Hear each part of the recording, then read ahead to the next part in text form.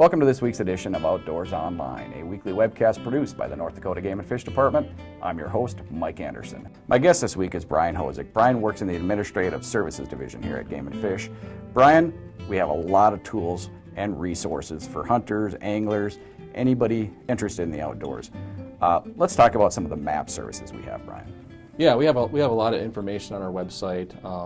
The Plots Guide, for example, this thing started off with the paper maps that we've traditionally printed and booklets that we traditionally printed, and has evolved over time to different applications. We've expanded some of those applications ourselves, some interactive map services where you can bring up that Plots Guide and turn on other features, perhaps aerial photography or hunting units or so on. And these are on our Game and Fish website. These applications are on our website.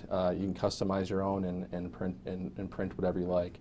We also have on our website, we have GPS maps. It's another piece that is evolved past the Plots Guide, so that something you can bring, a tool that you can bring out in the field that's not necessarily a paper map, and you can use that information on your GPS. We made that available. We have a lot of content available on our website, and that can be used in a number of different ways. You can pull this information in via a GPS unit. You can look at this on an application on your computer and make your own maps. We also have the ability to use that information on a mobile device, and you can bring those maps out in the field with you on your smartphone. Next, we would kind of look into some of the ways that you can use this information when you don't have cellular service. That's where the GPS units come in handy when you're out of cell service range, and you can still use those maps on the GPS device.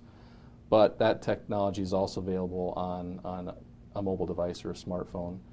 You can pull some of that information down prior to going out in the field and be able to use that in conjunction with the GPS on the device to kind of mark your location and see where you're going.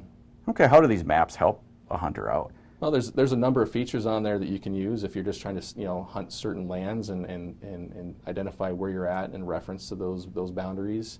There's a lot of tools on there for measuring, looking at distances, seeing what's perhaps not over the hill on the other side, it's not quite visible where you're at. So there's a lot of tools like that are handy within these applications. Okay, so like in the Plots Guide, wildlife management area is colored in red. Does that pretty much go right down to the mobile device?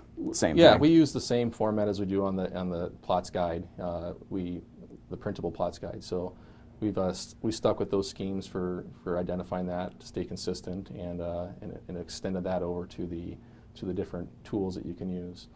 There are some exceptions of that because there's some other products out there. Some of we push this information out there to be used by all. There's definitely vendors out there that use the same information. One example is ND They pull this information in. They provide a product that you can go out there and purchase for your GPS unit. Another common tool that's used out there is Onyx Maps. They offer the ability to on an application on your phone, you can use this information and pull it in. But some of those things might be identified slightly different than we may be used to, but that same information is being pulled over there. Another product that we do like is a Venza Maps. It's a document reader. It allows you to pull down perhaps a page of the Plots Guide onto your device, and when you're not in cell range, you would still have access to that map on your phone and have access to the GPS locations, because the GPS locations are still working when you're out of cell service in a lot of cases. So you don't need cell service. Basically, you download it to your phone and you can turn your location services on, and it still tells you where you're at within that piece of property. You get access to that map, and you can use it that way when you're out of cellular range. Okay, let's move on to lakes. Let's talk about lake contour maps that are available on our website. Yeah, same kind of thing. We have a printable version of that you can go visit and print something to take in the field with you. You also have the native mobile apps on your phone that you can bring some of these maps up on your device and zoom into them. And the nice thing about those pieces is that you can turn on other features. You can look at aerial photography. You can add other information on there and look, and you can check stocking information, for example. So. A lot of nice tools out there for people to use. That contour information all has a color gradient, so it's pretty easy to read. when you're looking at, when you quickly want to look at a map. Sometimes a lot of those other products out there, they give you contours, but you can't tell if it's getting shallower or deeper. Those color gradients on those maps really help out with that. A year ago, about this time, Brian, we started all online applications. I believe it was the Fall Turkey was the first online application. Okay, we're about a year in on our online licensing system. We've made some major changes.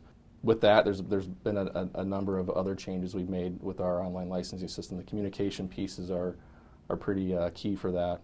Traditionally in the past, when someone would send a paper applications, we would get that by mail. Some are more legible than others perhaps. There was a data processing event that would occur with staff keying stuff in, and a lot of things that we were able to improve upon with this licensing system. And when that was occurring, it was if there was an error on an application, we may have to contact an individual or send them information back. Maybe we only had an address, so it would delay the process of communicating. And so there's some tools out there that help with that, so we can make sure that we have that contact information, make sure that it's current, that they can have the latest phone number on there and phone type. Perhaps it's a cell phone. So if that's the route we can communicate, and we can send you something via text message, we can get some speedy responses. Brian, a couple years ago we started something where you can subscribe to email or text alerts. Explain. Sure. When you visit the website, there's a place on there to subscribe to news alerts, but you can also go into your profile where you go to purchase a license or apply for a lottery, and there's a section up at the top to manage your profile or subscribe to different notifications. Right. So it'll remind you of if an application deadline is approaching soon. Yep. It'll give you some heads up, which these days people wait, and it's kind of handy to have that information coming to you as opposed to you going to seek out that information. A lot of good information, Brian. Thank you. Thanks, Mike. As Brian just mentioned, for more information on plots maps, fish contour maps, how to subscribe for notifications, and more, visit the Game and Fish website at gf.nd.gov.